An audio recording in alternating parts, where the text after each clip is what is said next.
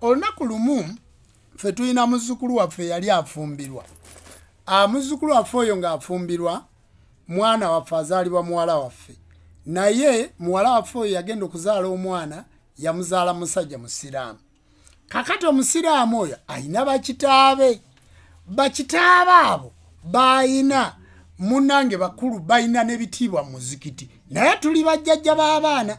Naye olw'okuba tuli bakongozi, tuli basamize, tulinako emisambwa, twogera ku nsonga eziruma abantu mu ggwanga. Tugamba abantu okudda ku buwangwa bwabwe nga bo baawambibwa abafuzi b'amatwale. Nkulayirira baateekateeka embaga ne batuyita bulungi, naye ekyaddirira sisobola kukibabuulira. Ekyaddirira kwali kutugamba nti bassebo ne bannyabo mwe bajjajja b'abaana nga muli ba buwangwa na nnono, wadde maama w'omuwala oyo azaalibwa wammwe, tubeegayiridde timujja ku mukolo gwa mbaga. Era tubeegayiridde tubategeezezza nti muwala agenda kufumbirwa. Bwe muba mutukwatirako mutukwatireko, naye ku mukolo gw'embaga timujja kubanga kugenda kubeerako abasiraamu. Bassebo ne bannyabo kino kyawula ntamu. Sikugambye abaatugobye ku mwana waffe.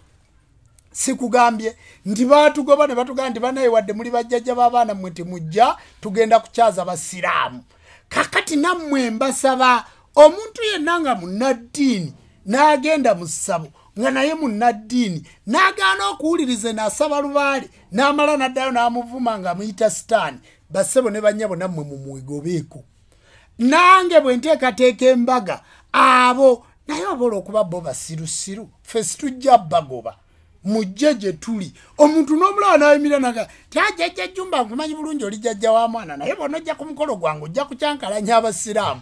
Ate mmwe baba bakyabalaba era baba balina kulaba wonze kubanga batunuulira ategeera, batunuulira agulina. Naye ne bwe munaatuga ati mujja ku mikolo, bassebo ne bannyabo tikijjaako nti bazzukulu baffe abo be muwasa bava mu ffe era baliko obwamwoyo. Tikibajjaako nti ne bazzukulu baffe abo gye bafumbirwa era munnange baba bavudde mwenna gye muva waliyo akalandirako emisambwa. Lubaale ajja kubanoonya, lubaale ajja kubaluma, lubaale mujja kumusamira. Kyovola nti baseeka mwenna muyina amasabo, baaji mwenna muyina amasabo, bapasita mwenna muyina amasabo, abagagga mwenna muyina amasabo. Wabula kati lubaale kyali mukola kubalabisa.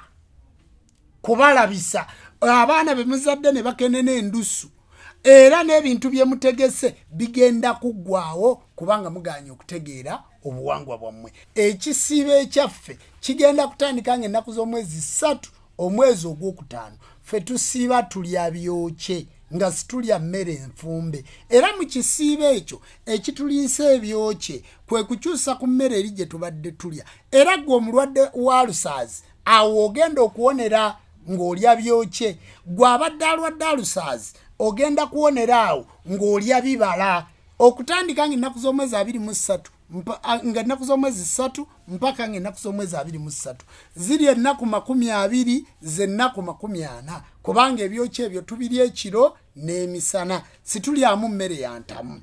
Caayi tunywa mazzi ga buguma, mazzi ga buguma, tunywa obutunda obukamule, ebintu byonna ebikamule ebinyogoga, tulya bibala, tulya mmere njokye ng'ate n'ekifo ky'ogijjeemu kitukuvu. Awe tusembereza obwamwoyo bwaffe era tubeera tutudde ku kyoto nga twokya. Kale mmwe gye ngenda okujja ekyankwanzi ebintu byonna tugenda kubanga tulya byokye, bassebo ne bannyabo nga situlya mmere ya muntamu. Era tugenda okutuuka ku mikolo egyo tuyita mu kisiibo kya nnaku za mwezi 20 ku kalenda ya Girigooli, kya nnaku za mwezi 40 ku kalenda y'obujjajja. Kale nno bassebo ne bannyabo njagadde okubategeeza ekisiibo ekyo mukyetegekere ng'ennaku z'omwezi 3.